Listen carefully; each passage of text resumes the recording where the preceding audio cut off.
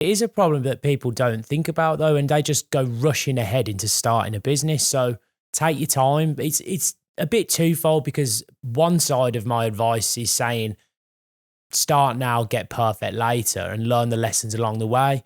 But those lessons will be a lot less expensive if you at least take a little bit of time doing the research at the beginning and taking some of these things that we're saying on board. But not just us, we echo what a lot of people who are in business have said and say the same thing, because I hate to say it, but we're all right. We're the ones with successful businesses. Obviously we're looking to take our business from 7 to 8 figures, but there are people out there with 8-figure businesses taking to 9, taking them to 10 and beyond.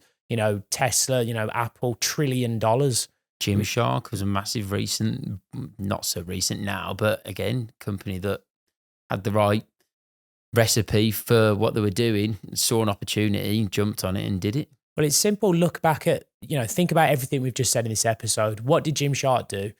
They identified that there was no brand out there that was selling gym wear. And, this whole guys wanting to build their physiques was growing quite heavily around the sort of early 2010s. And they identified a gap in the market where brands like Adidas, Nike, they were into their sports, but they didn't really have anything for gym goers, for the people that were spending their time trying to grow their physique. And so they thought Gymshark seemed like the right business for them to go into because there was a gap in the market and they could improve on what was currently there. So they started small, created a logo, a simple website, and they started selling some of the products at the Body Power Expo just to see if there was a market there for what they were selling.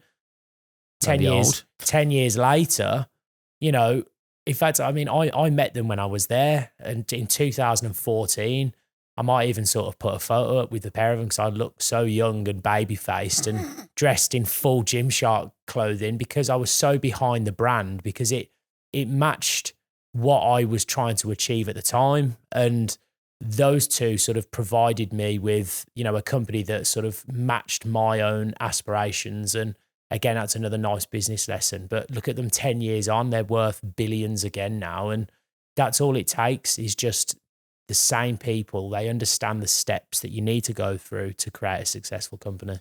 Yeah, and he's learned a massive amount along the way. He's changed roles. He's gone from, he's still an owner, but he's gone from kind of like top dog to then moving into creative roles, then going back and then sort of dotting around and learning each of the areas of his own business.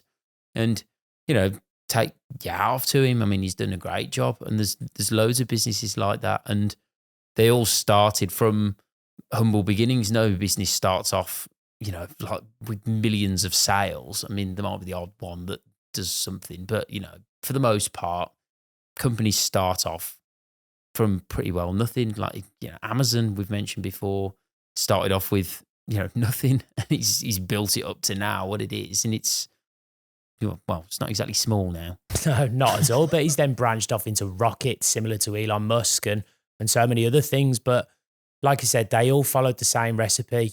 Don't be disheartened, sort of scratching your head thinking, what can I do? Everything's already been done. Well, we're in 2025. Everything has already been done, but that doesn't mean that new opportunity isn't there each and every day. People are coming up with water brands. I'm sure Ronaldo is coming out with a new brand of water, which is just insane.